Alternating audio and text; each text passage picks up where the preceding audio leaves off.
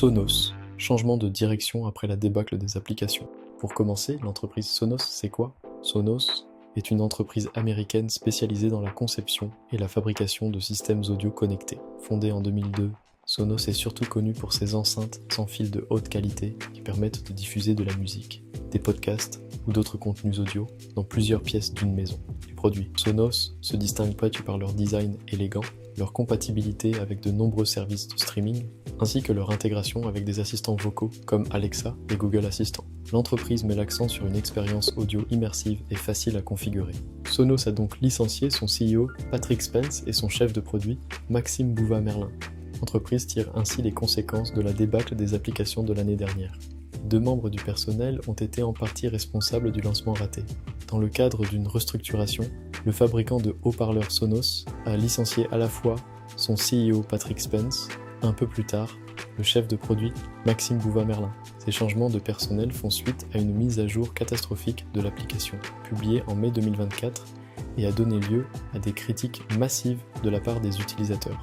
Les raisons de la débâcle de l'application. Dès le début, la version révisée de son application par Sonos a été victime de nombreux bugs et de fonctionnalités manquantes. Les utilisateurs ont signalé que des fonctions de base telles que la recherche dans les bibliothèques musicales, la définition de minuteurs de sommeil et même le téléchargement de l'application n'étaient pas possibles. Ces problèmes ont entraîné une perte de confiance considérable chez les clients et ont affecté les ventes de l'entreprise dans les mois qui ont suivi. Patrick Spence, PDG depuis 2017, a reconnu en octobre des erreurs dans le lancement de la nouvelle application et a renoncé avec 7 autres cadres à ses primes.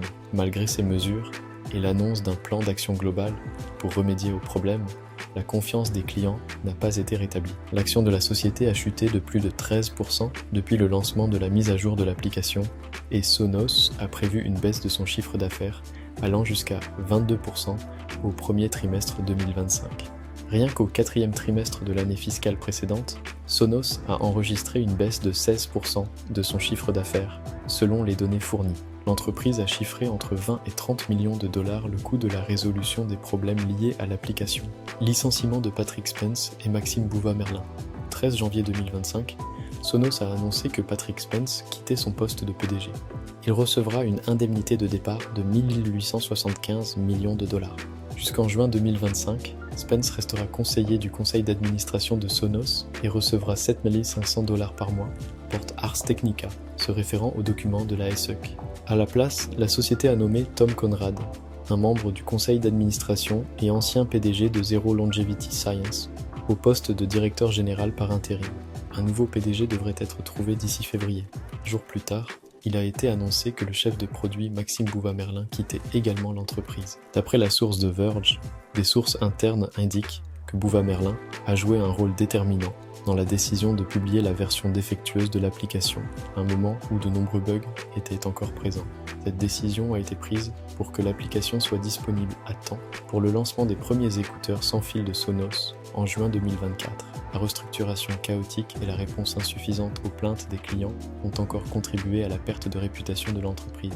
Dites-moi dans les commentaires ce que vous pensez de cette situation et abonnez-vous pour soutenir la chaîne, ça me ferait vraiment énormément plaisir. Prenez soin de vous et on se dit à la prochaine. À bientôt sur la chaîne.